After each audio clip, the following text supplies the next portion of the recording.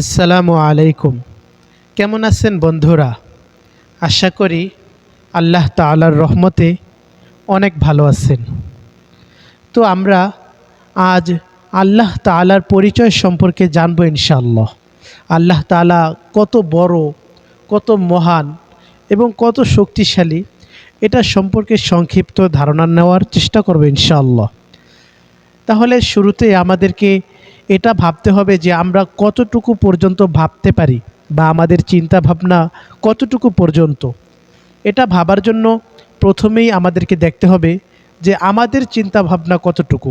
চলুন আমরা আমাদের চিন্তা ভাবনা অনুযায়ী দেখি আমরা আল্লাহ তাআলাকে কত মহান ভাবতে পারি।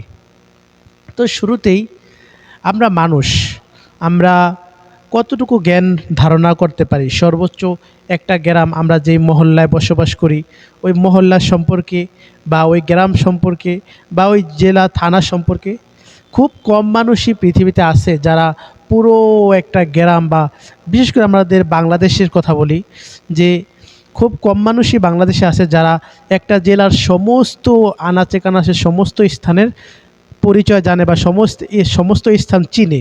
এরকম খুব কম মানুষই আছে যারা সামান্য একটা জেলার পরিচয় সম্পর্ক জানে। তো এখন যদি আমরা জেলার পরে বিভাগে যাই তাহলে বিভাগটা কত বড়, তাই তো? বিভাগটা অনেক বড় না? এখন বিভাগ সম্পর্কে আমরা সব কিছু জানি না, তাহলে বিভাগ সম্পর্কে যদি আমরা একটু কিছু না জানি তাহলে আমরা এটা দেখি যে পৃথিবীটা, আমাদের বাংলাদেশটা কত বড়। কিন্তু এখন যদি আমরা যাই তাহলে বাংলাদেশটা কিন্তু খুব ছোট। পৃথিবীর তুলনায় বাংলাদেশ কিন্তু অনেক ছোট একটি রাষ্ট্র।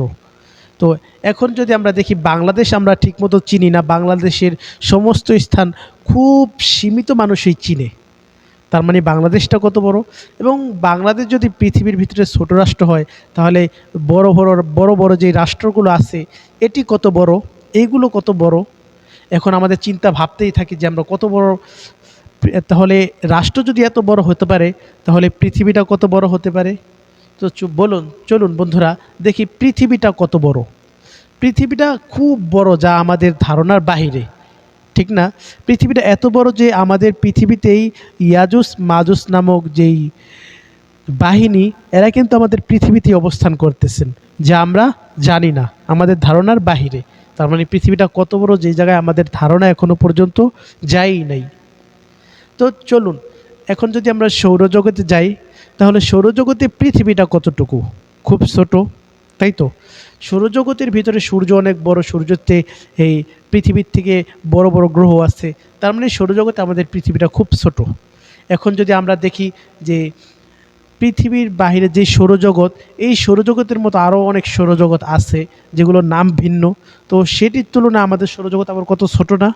তো এই তুলনায় যদি আমরা যাই তাহলে অনেকটি সৌরজগৎ মিলে একটা গ্যালাক্সি হয়, যা আমরা মিল্কওয়ে গ্যালাক্সি নামক একটা গ্যালাক্সিতে আমাদের পৃথিবীর অবস্থান বা আমাদের সৌরজগতের অবস্থান। তাহলে কোটি কোটি সৌরজগৎ মিলে যদি একটা মিল্কওয়ে গ্যালাক্সি বা একটা গ্যালাক্সি পরিণত হয় তাহলে আমাদের গ্যালাক্সি থেকে আর অনেক কোটি কোটি গুণ বা অনেক কোটি কোটি গ্যালাক্সি আছে। তো এরকম কোটি কোটি গ্যালাক্সি মিলে যদি হয় একটা ছায়াপথ বা একটা মহাকাশ বলা যায়, তাহলে এত বড় একটা স্থান যেটা বিজ্ঞানীরা আরও অনেক কোটি কোটি কোটি কোটি অগণিত এই ছায়াপথের ধারণা পেয়েও তারা কি বলছেন, তারা বলছেন যে 100%-এর 1% আমরা খুঁজে পাইলাম। তার মানে পৃথিবীতে আরও কত, পৃথিবী না পুরো আমাদের এই প্রথম আসমানে আরও কত কিছু আছে যা আমাদের ধারণার বাহিরেই। তো চলুন এখন এই আসমান কতটুকু, একটা আসমান যদি এত বড় হয় যার ধারণার 1%ও আমাদের কাছে নাই, তাহলে পৃথিবীর যে আসমানে অবস্থিত এই আসমান সহ এটা তো সর্বনিম্ন নিচের আসমান। তারপরে নিচের 1 আসমান, 2 আসমান, 3 আসমান, 4 আসমান, এমনি 7 আসমান পর্যন্ত আছে। তাহলে ভাবেন এই 7টা আসমান কতটি জায়গা নিয়ে অবস্থিত। তো এখন চলুন আল্লাহ রব্বুল আলামিন কত বড় এটা যদি আমরা জানতে চাই তাহলে অবশ্যই আল্লাহ রব্বুল আলামিনের যে আরশ, যে আরশের মালিক আল্লাহ রব্বুল আলামিন, সে আরশ সম্পর্কে জানতে গেলে আমাদের প্রথমেই জানতে হবে আল্লাহ তাআলার চেয়ারটা কত বড়। তো চলুন আমরা দেখি এই 7টা আসমান তুলনায় আল্লাহ তাআলার চেয়ার বড় না ছোট। হাদিসে এসেছে যে আল্লাহ তাআলার যে কুরসি, যে চেয়ার, এই চেয়ারটা কত বড়। বলা হয় যে একটা মরুভূমির ভিতরে বা পৃথিবীটাকে যদি একটা মরুভূমিতে পরিণত করা হয়, এই মরুভূমির ভিতরে যদি একটা বালিকণা রাখা হয়, তাহলে এই মরুভূমির তুলনায় এই বালিকণাটা যত ছোট হবে, তার মানে এত ছোট, এর চেয়েও বেশি ছোট আল্লাহ তাআলার কুরসি, মানে আল্লাহ তাআলার চেয়ারের চাইতে এই ৭ আসমান। তাহলে ভাবুন, সুবহানাল্লাহ, আল্লাহ তাআলার চেয়ারের তুলনায় যদি এই এত ছোট হয় এই ৭ আসমান, যে জায়গায় আমাদের এক আসমানের এই সম্পর্কতে 1% সম্পূর্ণ আমরা জানতে পারি নাই, তাহলে এই ৭টা আসমান আর এই ৭ আসমান যদি আল্লাহ তাআলার চেয়ারের তুলনায় এত ছোট হয়, তাহলে আল্লাহ তাআলার আরশটা কত বড়। চলুন, হাদিসের ভাষায় এসেছে যে আল্লাহ তাআলার আরশ কত বড়, যে আল্লাহ তাআলার যে আরশের মালিক, এই আরশটা কত বড়। তো হাদিসের ভাষায় এসেছে যে পুরো পৃথিবীটাকে যদি একটি মরুভূমিতে পরিণত করা হয়, আর এই মরুভূমির ভিতরে যদি ছোট্ট একটি বালির কণা থাকে, তো এই মরুভূমির ভিতরে এই বালিকণাটা যত ছোট, তার চাইতেও বেশি ছোট আল্লাহ তাআলার কুরসি, আল্লাহ তাআলার আরশের ময়দানে। অর্থাৎ আল্লাহ তাআলার আরশের তুলনায় আল্লাহ তাআলা, তার মানে আল্লাহ তাআলা কত বড় আরশের মালিক, আর আল্লাহ তাআলা কত বড়, যেটা আমাদের ধারণার ছোঁয়ার ধারা ছোঁয়ার বাহিরে, ধরা ছোঁয়ার বাহিরে, মানে আমাদের জ্ঞান অত দূর পর্যন্ত পৌঁছাই নেই। তো আল্লাহ তাআলা কত বড়, কত মহান, যার সম্পর্কে ধারণা নেওয়ার মতো আমাদের জ্ঞান এখনও নাই। তো আমরা বলি আল্লাহ তাআলা আমাদের সাথেই আছেন, আবার বলি আল্লাহ তাআলা আরশের উপরে আছেন। এর মানে কি? এরও একটা ব্যাখ্যা আছে। আল্লাহ তাআলা পৃথিবীতে আছেন? না, পৃথিবীতে বলতে আল্লাহ তাআলা আরশের উপরে আছেন। এখন পৃথিবীটা কোথায় আছে? পৃথিবীটা তো আল্লাহ তাআলার কাছেই।